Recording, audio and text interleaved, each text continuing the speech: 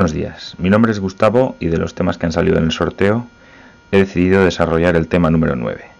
Se titula Habilidades, destrezas y tareas motrices. Concepto, análisis y clasificación. Actividades para su desarrollo. Comenzaré con una breve introducción. Al analizar estos términos encontramos una gran confusión, lo cual dificulta la comprensión de los temas relacionados con ellos. Tal confusión podría deberse a una traducción directa del inglés al castellano sin tener en cuenta el contexto. Y así, ability, skill y task se traducen literalmente por habilidades, destrezas y tareas. Vamos a ver ahora, en un segundo punto del epígrafe, el concepto de habilidad, destreza y tarea motriz. Algunos autores diferencian el significado de los términos habilidad y destreza. Consultando el diccionario de la Real Academia, vemos la similitud entre ambos, ya que se recurre a una para definir la otra. Por lo tanto, consideraremos ambos términos sinónimos. En el ámbito del aprendizaje motor, el término habilidad motriz tiene diferentes connotaciones dependiendo del contexto en el que se encuentre. Destacamos dos fundamentales. Una para designar la realización de una acción o tarea motriz y la otra para referirse al nivel de competencia para alcanzar la realización. Una definición de habilidad motriz sería la capacidad aprendida para realizar el objetivo de una tarea que hay que ejecutar. Las habilidades y destrezas motrices se desarrollan y explicitan en y a través de las tareas motrices. La tarea es algo que potencialmente es capaz de provocar y ordenar la actividad orientada hacia un objetivo. De ahí que la tarea exija unas características, como las siguientes. Un objetivo que marque la actividad a realizar para su consecución, unas condiciones que exigen su puesta en práctica y unas normas o instrucciones que es preciso seguir en la realización de la tarea. Veamos ahora una definición de tarea, según Parlevas. Es el conjunto organizado de condiciones materiales y de obligaciones que definen un objetivo, cuya realización necesita el empleo de conductas motrices de uno o varios participantes. Como veremos posteriormente, es preciso realizar un análisis de los componentes de cada tarea para la comprensión de la dificultad y para la programación de su aprendizaje. Así, diremos que el conjunto de tareas motrices a enseñar constituyen el contenido a desarrollar por la educación física en el ámbito docente.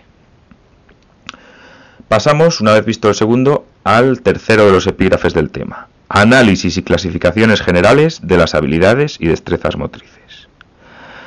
El objetivo que se persigue al plantear una clasificación de las habilidades motrices es ofrecer al educador unos criterios básicos que sirvan para organizar y estructurar su intervención educativa.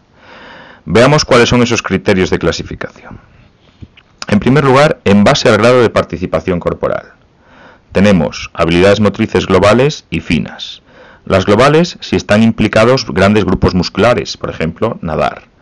Y las finas si están implicados pequeños grupos musculares y se requiere una participación más precisa, por ejemplo, escribir. En segundo lugar, en base al grado de control o regulación que el sujeto puede ejercer sobre la habilidad. Y tenemos autorregulación, en la que el sujeto decide cuándo empezar y cuándo terminar, así como la rapidez del movimiento. El ejecutante tiene en mente el esquema previsto de lo que va a realizar y domina el entorno, pues por ejemplo, correr en pista o lanzar un penalti. Y regulación externa, en la que el sujeto debe adaptarse y ajustar sus movimientos a elementos externos a él. No tiene un esquema al no dominar el entorno, por ejemplo, el cross, juegos deportivos, etc. Y un tercer grupo serían de regulación mixta, cuando el sujeto pasa de una situación donde es capaz de decidir sobre sus acciones a otra donde poco a poco la regulación está condicionada por elementos externos. Por ejemplo, en básquet, el tiro libre con respecto al resto del juego. Un tercer criterio es en base al esquema temporal o fluidez de la habilidad. Y así tenemos discretas o discontinuas, continuas o fluidas y seriadas. Las primeras, discretas o discontinuas, es en las que existe claramente un principio y un final. No existe posibilidad de ajuste y no se puede influir en el momento de realización de la tarea, por ejemplo, en un tiro a canasta. Coincidirían con el circuito abierto de Kiel. Las continuas o fluidas, en ellas la fluidez del movimiento es característica, siendo difícil determinar el principio y el final, y pudiéndose influir en el momento de la realización de la tarea. Es decir, son susceptibles de rectificación o ajuste sobre la marcha. Por ejemplo, andar, correr, nadar, etc. Estas coincidirían con el circuito cerrado de Adams.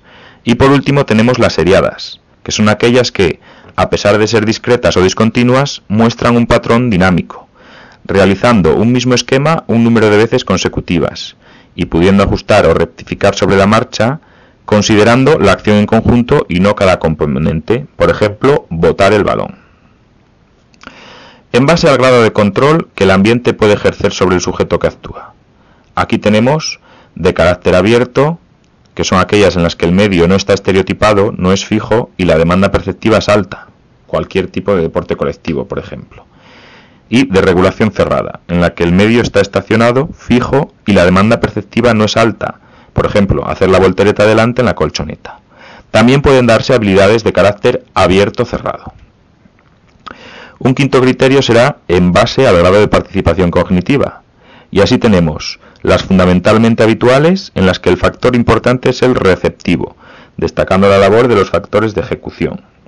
Y las fundamentalmente perceptivas. En ellas el factor importante es la demanda perceptiva, destacando la importancia del tratamiento de la información y la toma de decisiones. En sexto lugar, en base a la disponibilidad de feedback. Así tenemos cuando el feedback es posible mientras la habilidad se está realizando, debido a las características de lentitud y duración de la misma, por ejemplo, conducir una pelota con el pie. También sería el circuito cerrado de Adams.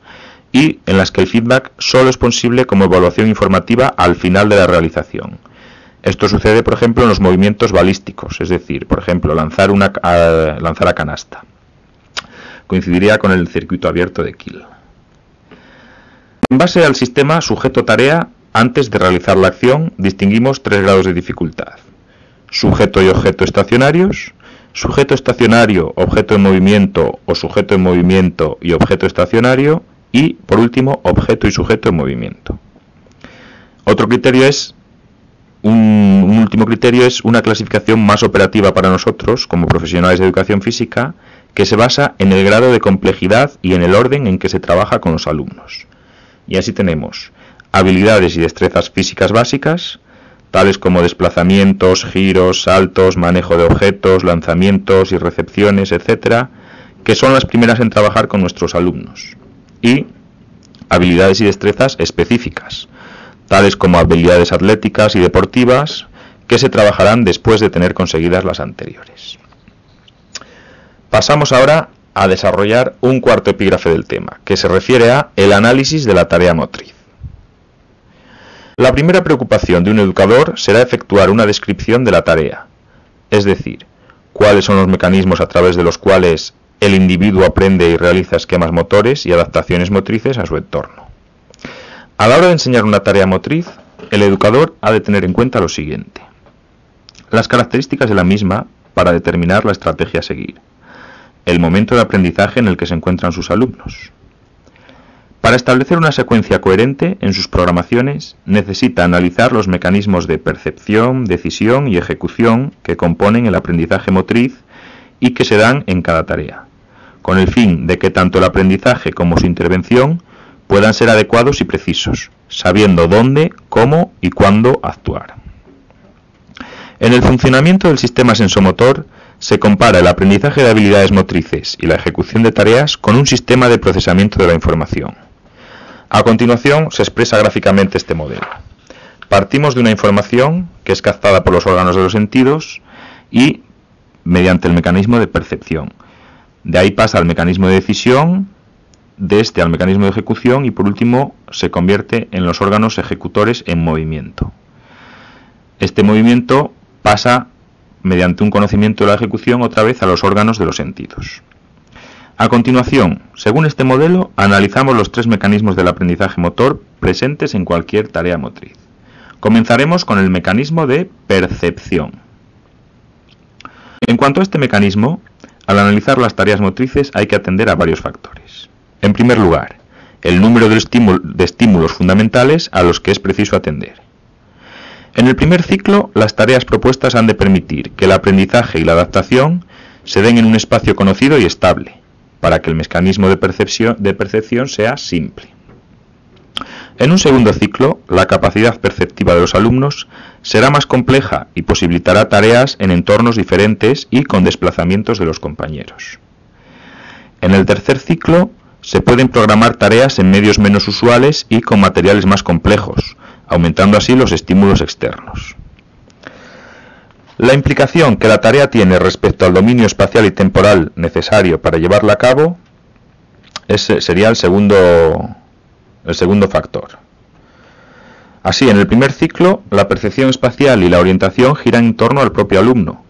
También van interiorizando el tiempo y son capaces de acompañar el ritmo de una canción sencilla.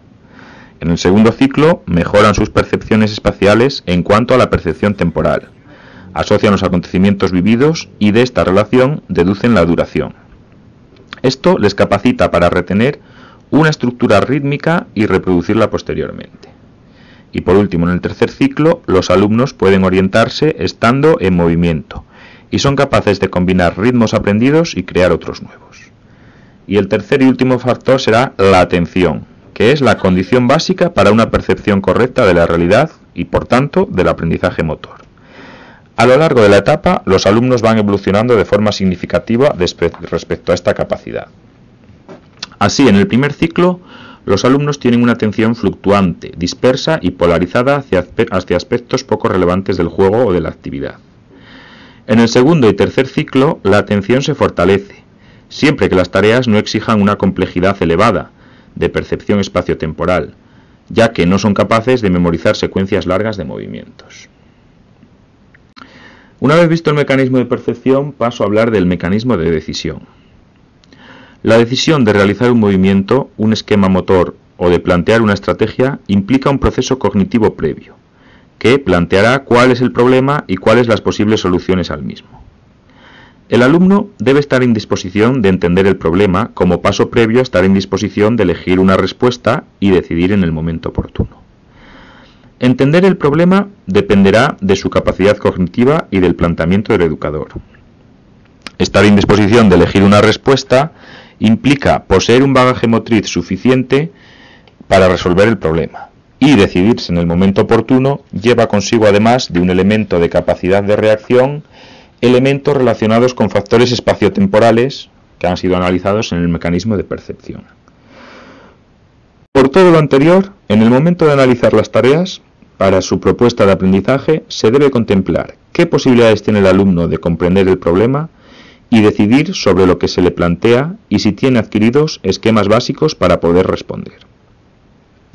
Los alumnos en el segundo ciclo inician un desarrollo de su capacidad de reflexión en dos direcciones temporales, hacia atrás y hacia adelante, por lo que pueden retener en su mente la experiencia anterior, la presente y la anticipación de la futura.